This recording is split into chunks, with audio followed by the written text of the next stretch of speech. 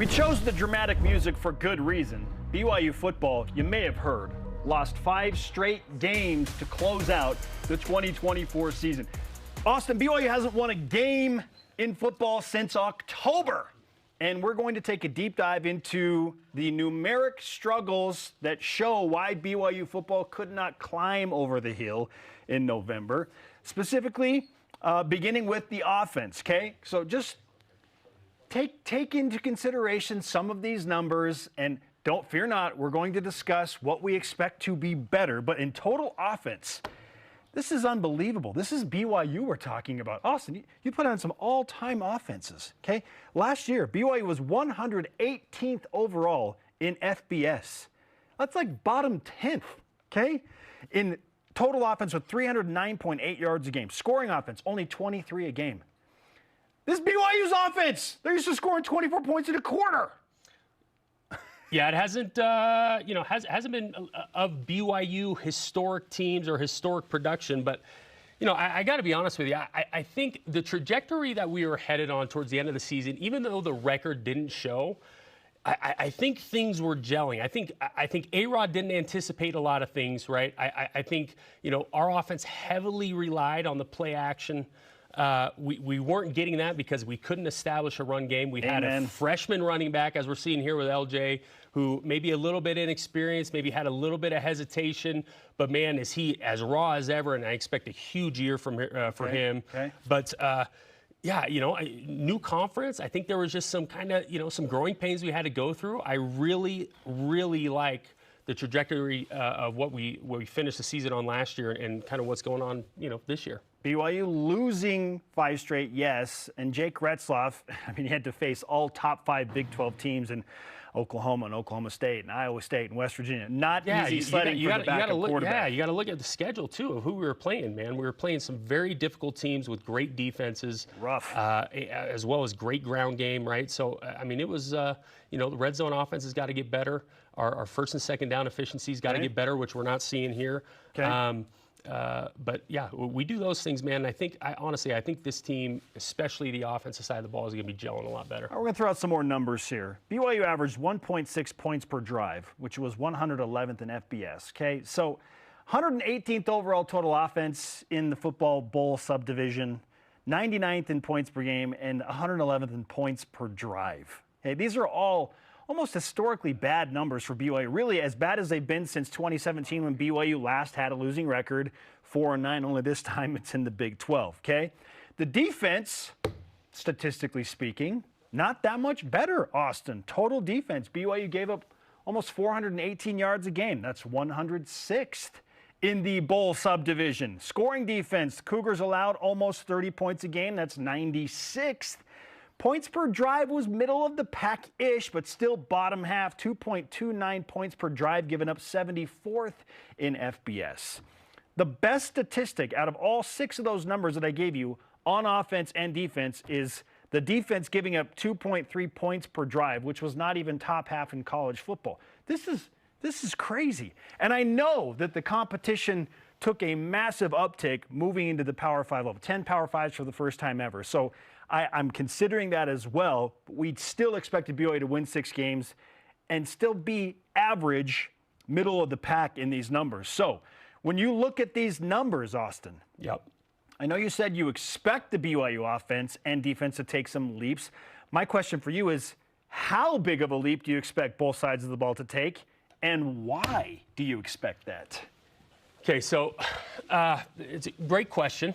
Okay, I think in terms of biggest leap that we're going to see this year, I'm going to have to go with the defense. Okay. Okay? Okay. All right, and here's why.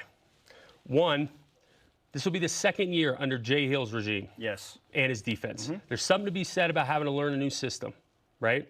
There's growing pains, like I said before, to have to go through that. This is going to be the second year under that system. Yep.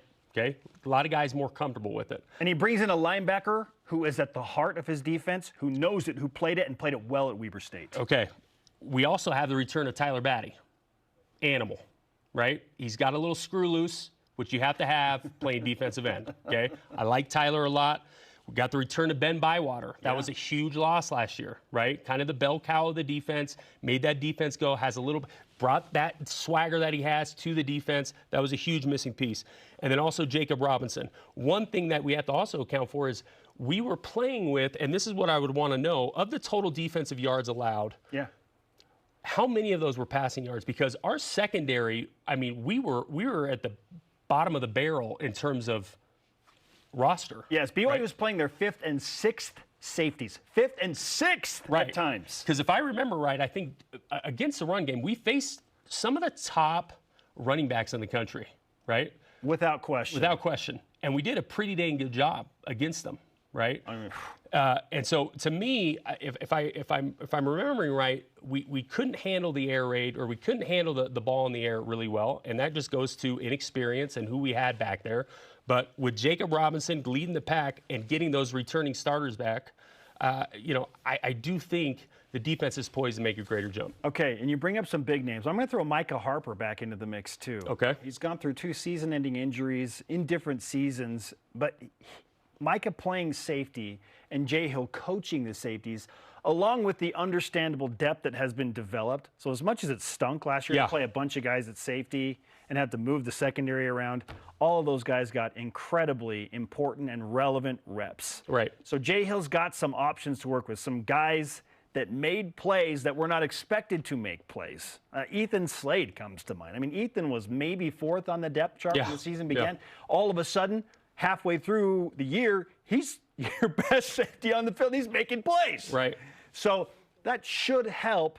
I've long stood by the idea that the core, when the core comes back and has experienced tough times together, typically, Austin, there's something to be said about that. And I know basketball's a different sport, but look at what BYU basketball did. Yeah, you're 100%, right? Like, you got your core guys, man, that like I said, like a Ben Bywater and a Jacob Robinson and a Tyler Batty and Jack Kelly is the linebacker, by the way, that Jay Hill brings over from Weber State. And a bunch of his teammates are saying, dude, he's maybe the best defender on the team right now. Okay.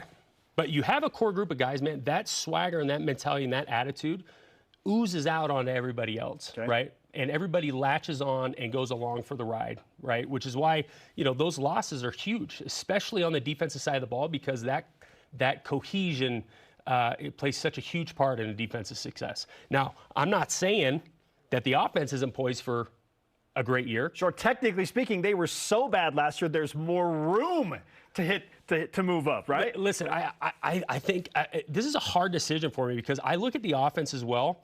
The QB position is in question, and that is going to play a huge part in the success of the offense. We'll talk more about that tomorrow, by the way. Yes, absolutely.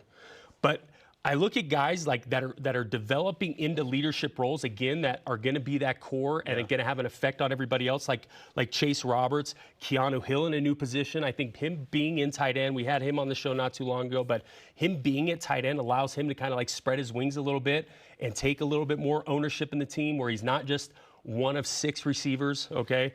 I think guys like Jake Retzlaff, I know, like we said, the QB's in question, but I do think he brings a certain swagger to him, and he was kind of thrown into the fire last year. Sure. Not expecting to play, had to go against, like we said, some of the top programs in the conference, and I thought he did, fairly well given the circumstances. So, I can expect him coming in, if he is the guy, to have, a lot more confidence, a lot more swagger than he did last year. Okay, we'll finish out with this thought, and correct me if I'm wrong or if you disagree here, but offensively speaking, if the offensive line is better, and we keep hearing like it's going to be way better than it was last year, and it was not good last year. It wasn't because they didn't have talent. Yeah, it's not going to be hard to be changing better. Schemes and moving pieces, so many different starting lineups up front. Yeah. It just didn't work last year, but I keep hearing that's going to be the most improved position group on offense. If the offensive line is dramatically improved, Austin, then how much of a difference would them? Is that enough to be like, okay, you go from 118th in total offense because now you can establish a run game behind offensive line, and now you're middle of the pack. Maybe you're 65. Yeah, 100%. Okay, is it that simple? Yeah. The offensive line is good and is better. I think you're spot on. All right. On the nose, bro. All right, offensive line it is. Okay, Austin, on to topic 2. And this is such a fun discussion. I've been waiting for this topic, okay? Appropriately wearing the shirt, but given the spirit of the Masters starting today, which 4 sporting events are on your Mount Rushmore of sporting events, Spencer? Well, the Masters was definitely one of them. It was on the bucket list. So once I had the amazing opportunity, shout out to my buddy Corey Yoshimura, who works for the PGA Tour. He's based in Tokyo. He is essentially one of Hideki Matsuyama's handlers who won the Masters a few years ago. Anyway, Corey, so kind to take me, and so I got to check that off the bucket list. How much did you end up spending at the pro shop there? Did you go in? Oh, baby. Two handfuls? Like, Austin, we're talking like I think I pushed $1,300. I think that would be the. I mean, other than watching the golf's great, but the pro shop and the swag. The shopping was incredible. Notice how I don't have a shirt. The shopping was incredible for sure. Once I checked that off the bucket list, there opened up a space on my Mount Rushmore, and so I had a lot of fun thinking about, okay, what would I put on this list? And it begins with the World Cup final.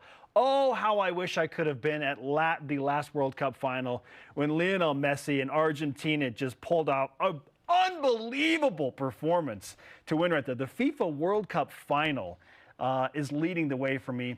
And then I would love to go to the Olympics and track and field, specifically the sprint finals. I want to watch the 4x100 live at the Olympics and the 100 meter and the 200 meter, like to see the fastest men and women in the world. Like I want to watch that at the Olympics. That is such an exciting event for me, and the Olympics is such a grand stage. The last 2 would be the World Series, specifically if my favorite team, the Baltimore Orioles, are playing in the World Series for the first time since 1983. It's been a very long time since they have played in the Fall Classic. If the Orioles get to the World Series, I will find a way to be there and check that one off the bucket list. And then lastly, another golf event, the Open Championship.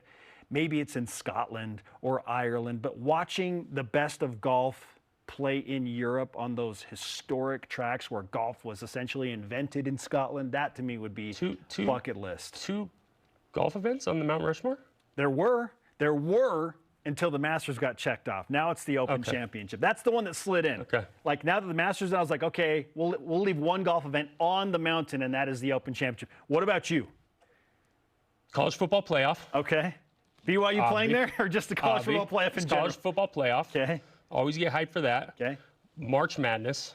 Like the Final Four, or just the tournament in general? The entire 3 weeks, dude, is freaking just nonstop fun. Filling out the brackets with the fam. 100%. Putting money on it. My son's won it twice, 2 years in a row now. Okay. I don't know how. Okay. Guy doesn't watch a lick of college basketball, but somehow picks the winners.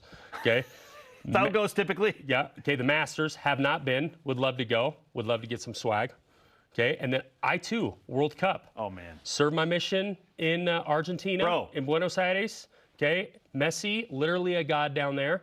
Okay. I was down there for World Cup 2006, I believe it was. Yes. Okay. Yes. America made it to the 16. And things got wild. My appreciation for soccer grew. I love Premier Soccer. Very, very much a bucket list event for me. So you, like me, I thought I understood the importance of soccer on the world scale. You don't understand until you leave these exactly, borders. Until you leave the borders. So I was in Korea when Korea was hosting the World Cup in 2002. Yeah. On my mission. It was in Korea and Japan. Yeah. And to see 1 million Korean people, a picture in the Seoul Square of them all watching the game on big screens in downtown Seoul, 1 million people. Yeah. It was like, oh my gosh, it literally is like warfare in the form of an athletic event on the world scale. And to watch them go to the the semifinals, Korea, oh my gosh. Like at that point I was like, I'm all in. Yeah, double that, and that's what Argentina is. Okay? Yeah. Korea's got nothing on Argentina, bro. Argentina, reigning FIFA World Cup champs. Right? No argument there. Our question of the day, and we want you to answer the same question we just did. In the spirit of the Masters beginning today, which 4 sporting events are on your Mount Rushmore of sporting events? JD McKell on X answers the World Cup. He's with us. The Olympics. I feel you. March Madness and the Super Bowl. Austin, you played in a Super Bowl. Did you have time to really, I get marinate in the grandeur of that event? Or was it all? Was it so business? It's just you couldn't get into that. Yeah. Yes and no. Like now, I'll be honest with you. There's a reason why I left it off my list. Okay. I watch it every year. It brings me pain. Yeah. It takes me for like a week every year, and it gets worse and worse and worse, right? Because now you realize the impact and just how big of a deal it is. Yeah. And the fact that I was there, could have won, didn't, and on such a stupid onside kick flub, right? Like we were killing them. Anyways, I can't. I watch Super Bowl every year, dude. Tanks me for like a week. It's off my Mount Rushmore. I love how real you are about it, though. It kills me. I'm sorry. Yeah. But you played in it. Yeah. You played in it, dude. There's something in that. Hey. Yeah, we got to move past this one.